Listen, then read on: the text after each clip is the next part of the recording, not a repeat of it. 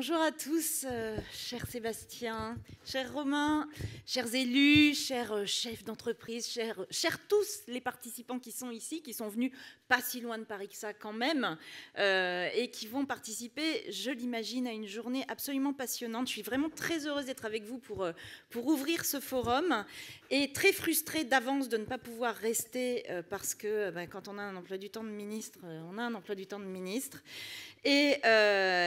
Mais comme j'ai regardé un petit peu les propositions qui étaient faites, je pense que ça va être absolument passionnant aujourd'hui.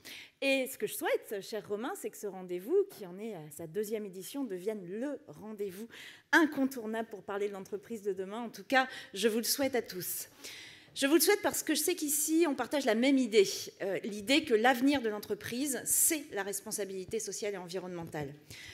Je crois que maintenant, à part quelques réfractaires, il en reste, Sébastien. Il n'est plus possible de chercher uniquement la maximisation de la performance financière à court terme, sans considération pour les parties prenantes, et notamment la première d'entre elles, qui est notre belle planète. L'attente est forte, on le sent de plus en plus, elle est partagée dans toute la société, des investisseurs aux consommateurs, aux citoyens, aux salariés. Elle est poussée par notre jeunesse, par nos enfants qui nous appellent à agir plus vite et plus fort. Et j'ai la conviction depuis très longtemps que la RSE fait partie de la réponse aux défis de notre époque.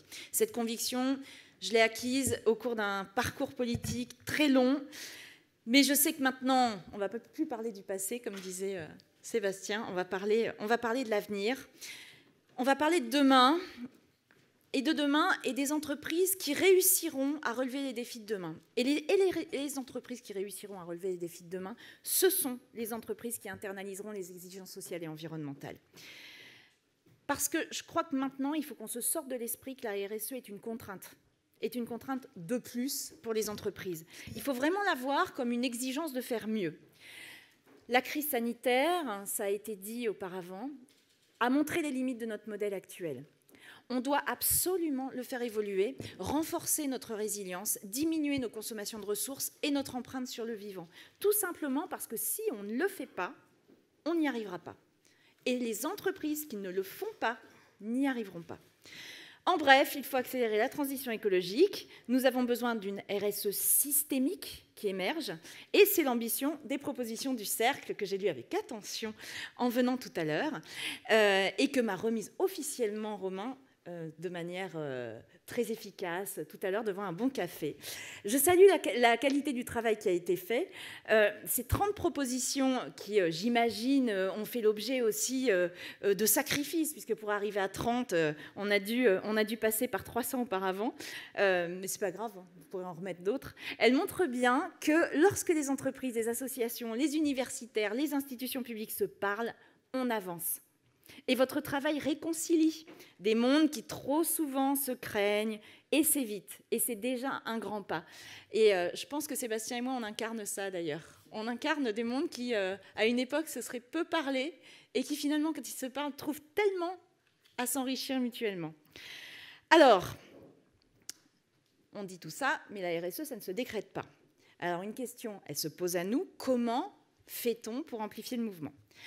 D'abord en définissant un cadre adapté. Nous l'avons fait avec la loi Pacte, par exemple, dans laquelle Olivia Grégoire, qui va, je pense, passer, s'est beaucoup investie. Prise en compte des enjeux sociaux et environnementaux dans l'objet social, raison d'être pour les entreprises qui souhaitent s'en doter, statut d'entreprise à mission. Dans l'histoire économique, ce sont des petites révolutions. Et je me réjouis qu'elles essaiment, de l'assurance à la grande distribution, de la vente de meubles en ligne à l'aide à domicile, des dizaines d'entreprises se convertissent et c'est une excellente chose. Nous devons également inciter les investisseurs à se tourner vers ces entreprises qui font le choix d'être plus responsables. C'est l'esprit de la 10e mesure que vous proposez et que je partage. La loi énergie-climat promulguée en novembre dernier va dans le même sens. Elle anticipe le renforcement européen des critères ESG en mobilisant les acteurs des marchés financiers pour qu'ils prennent mieux en compte les risques liés au changement climatique ou aux atteintes à la biodiversité. Ensuite, pour amplifier la RSE, nous devons aussi mieux armer le consommateur. pour lui permettre de repérer rapidement les entreprises vertueuses, pour qu'il puisse comparer et choisir en pleine connaissance de cause, pour qu'il soit pleinement acteur du changement. Donc on met en place un certain nombre de labels, on va mettre en place des applications, et mon ministère travaille aussi en ce moment même sur un label entreprise en transition. Je souhaite qu'il voit le jour prochainement pour mieux démarquer les entreprises qui sont précurseurs et qui s'engagent concrètement dans la transition de leur modèle. Nous devons aussi intégrer les questions de gouvernance dans notre réflexion. Pour réussir, nous devons placer l'écologie en haut de l'agenda des conseils d'administration et des comités exécutifs. Alors certains d'entre vous ont déjà intégré ces enjeux depuis longtemps au plus haut niveau de leur gouvernance et dans leur raison d'être, mais il y a un enjeu fort à diffuser beaucoup plus largement ces pratiques. Alors, il n'y a pas de solution simple pour ça, mais il me semble que la modulation de la rémunération variable des dirigeants en fonction de la performance environnementale et sociale des entreprises, alors déjà mise en œuvre dans un certain nombre d'entreprises, est un levier intéressant de mobilisation et d'alignement entre la stratégie et les incitations. Enfin, pour amplifier le mouvement, nous pouvons également nous appuyer sur le plan de relance. France Relance, que nous avons lancé hier, qui est vraiment un choix que nous avons fait avec le gouvernement d'une relance résolument écologique. 30% des crédits du plan de relance seront dédiés au verdissement de notre industrie et de notre économie. 30 milliards d'euros y seront consacrés, et 30 milliards d'euros, c'est la fourchette basse, puisque, évidemment, on a dû un petit peu... faire des séparations, mais c'est des séparations un peu sémantiques, parce qu'au-delà des 30 milliards, on va avoir aussi de l'argent pour relocaliser les entreprises, relocaliser les industries. Quand on relocalise les industries, on baisse l'empreinte carbone, donc ça va pour la transition écologique, et pourtant ce n'est pas dans le chapitre dédié. On va aussi rénover des EHPAD ou des hôpitaux, ce n'est pas dans la ligne dédiée transition écologique, mais évidemment on aura des bâtiments plus performants, donc ce sera meilleur. Donc en fait, 30%, 30 milliards, c'est vraiment la fourchette basse, mais vous pouvez vous dire que dans ce plan à 100 milliards, il y a beaucoup plus qui sont consacrés à la transition écologique. Ce sont des moyens historiques. Historiques pour décarboner les transports, l'agriculture, le bâtiment, l'industrie, pour faire monter en puissance des filières d'avenir, de l'hydrogène, de l'économie circulaire, etc. Donc on est vraiment dans deux actions complémentaires. On baisse les émissions de gaz à effet de serre des secteurs qui sont émetteurs, on décarbone l'industrie, mais aussi à côté, on pousse les filières d'avenir. Donc on a vraiment ces deux volets-là qui sont très complémentaires et très importants, parce que c'est ce qu'a dit tout à l'heure Sébastien, et je le rejoins pleinement. Non seulement maintenant, on doit baisser nos émissions de gaz à effet de serre, mais on a aussi un enjeu de résilience, cet enjeu de s'adapter à ce qui sont déjà les conséquences du changement climatique aujourd'hui, qui s'imposent déjà à nous, que ce soit sur la question du trait de côte, que ce soit les sécheresses que nous vivons et qui ont été vécues ici très douloureusement. Donc on ne peut plus seulement baisser nos émissions, il faut aussi qu'on s'adapte. Et donc ça, on va devoir le faire tous ensemble, parce que ce n'est pas seulement l'État qui va pouvoir le faire ou les collectivités locales. On a besoin de tous les acteurs, et les entreprises sont absolument essentielles pour qu'on y arrive.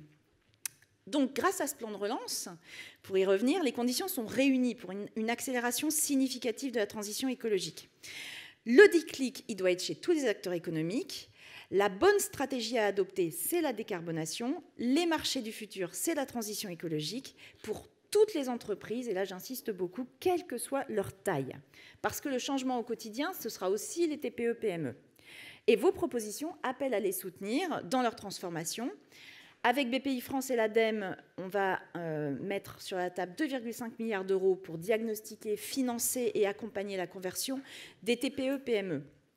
Et enfin, je ne peux pas terminer en parlant de cette rentrée politique sans évoquer la mise en œuvre de des recommandations de la Convention citoyenne pour le climat, qui va constituer aussi un puissant moteur pour approfondir la transformation de notre modèle de société.